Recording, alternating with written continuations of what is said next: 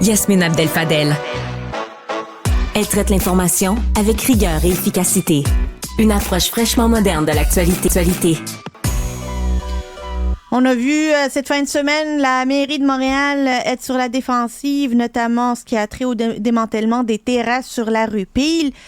Beaucoup de personnes disent que cette fin de semaine est à l'image de toute l'administration Plante. Je veux bien.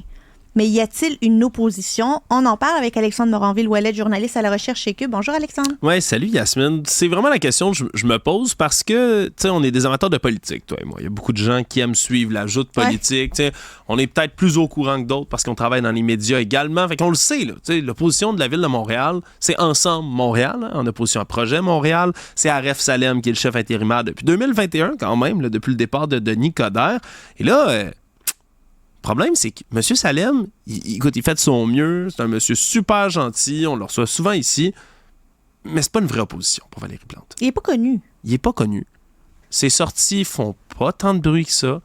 C'est un monsieur qui est très posé, cérébral, va bien expliquer son point, avoir un bon argumentaire, mais il est pas...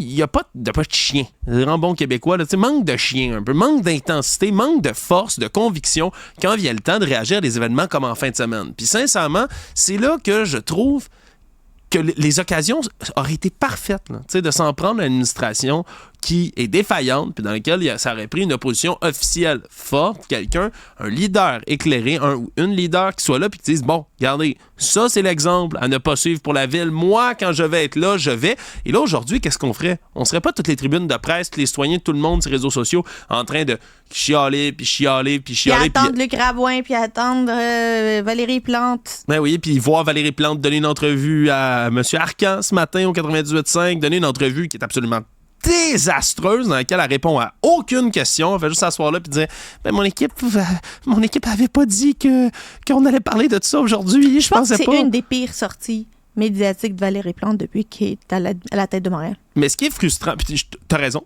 je suis entièrement d'accord avec ça, mais ce qui est frustrant, c'est que, selon moi, là, ça va rien donner. Ben non. Ce qui vient d'arriver en fin de semaine, comme il n'y a personne, c'est comme si Valérie Plante jouait absolument toute seule au tennis. Elle a un mur de l'autre bord, là. Tu sais, comment ça s'appelle? C'est du squash, là, quand tu tapes sur le mur, puis ça revient. Valérie Plante devrait jouer au tennis, elle est en train de jouer au squash. Il n'y a pas d'opposition de l'autre côté. Il n'y a personne à part un mur vide. Puis elle fait juste, envoyer la balle. Elle fait un mauvais coup.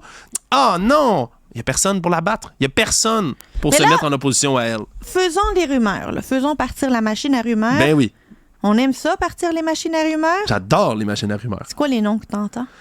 Écoute, au départ, là, c'est sûr que, tu sais, là, on va exclure tout de suite Denis Coderre, partie 3. Hein? Ça, c'est fini, c'est réglé, il n'y en aura pas. C'est jamais fini tant que c'est pas fini. Écoute, ça, c'est une excellente citation à ressortir, mais Chambre de commerce du Montréal métropolitain.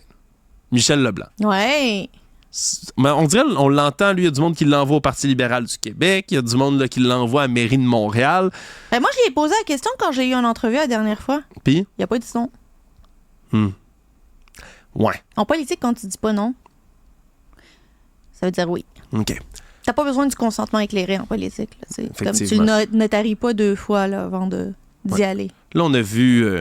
quelqu'un de la CAQ se joindre aux conservateurs au fédéral, mais ça va être bientôt la valse. Hein? Il y a des gens qui vont perdre leur job parce qu'ils ne seront pas réélus du côté des élections fédérales. On pourrait regarder des petits noms, des petites personnes qui pourraient se profiler ici, des conservateurs, peut-être moins, vu qu'ils risquent, du moins selon les sondages, de l'emporter gros. Des libéraux, peut-être? Pablo Rodriguez? Et sa chevelure luxuriante? Monsieur Rodriguez et sa magnifique pilosité. Magnifique. Moi, barbe aussi, tu vois, je veux dire pilosité. C'est un bel homme. C'est un bel homme, Pablo. Pablo Rodriguez, ça aurait de l'allure. C'est un Montréalais, un fier Montréalais. Oui, absolument, avec plus d'intensité, plus de chien. Oui. Est-ce que un peu trop près des idéologies peut-être de Valérie Plante? Je veux dire, il y a bien du monde qui associe Trudeau puis Mme Plante, ça, évidemment, on se comprend. Je pense qu'il est plus proche du NPD, mais quoi que tu me dirais, le NPD libéraux, le gauchisme est devenu un amalgame, un golem. Un golem, là. Voilà, de la gauche, le golem de gauche, le GG, j'aime ça. Non, vraiment, c'est quelque chose qui me faisait de la peine quand je regardais tout ça en fin de semaine, parce que quand t'as personne pour scorer des points contre Mme Plante en ce moment, bien, dans l'arène politique, elle va demeurer toute seule. Puis là, on chiale, on trouve que la ville de Montréal est en perdition, puis il y a personne qui se lève, qui dit moi, je vais aller le faire. Puis on se comprend, c'est un défi énorme, là, puis c'est pas tout le monde qui est outillé pour aller gérer une métropole, surtout dans l'état actuel des choses, à Montréal. Mais quand même, je trouve ça dommage. Puis j'ai l'impression que c'est un problème qui vient frapper plus largement d'autres partis politiques, d'autres systèmes politiques également, là, que ce soit et au provincial et au fédéral. Puis moi, ça me déçoit. T'sais. Déçoit, tu dis? Mon Dieu, moi, ça me met à terre de voir Montréal est rendu là. Honnêtement, je pensais jamais être gêné de Montréal. Ah, puis pourtant, c'est le cas actuellement. Mais qui? Pablo et ses beaux cheveux, sa belle barbe? Sur le blanc? Ben, écoute. J'aimerais ça en avoir d'autres, des noms. J'aimerais ça qu'il y en ait une course à chefferie. J'aimerais ça qu'il y ait un engouement. Puis j'aimerais ça entendre quelqu'un dire. Puis même si cette personne-là, je pense pas que ça va être le ou la personne ne sera pas le messie attendu nécessairement.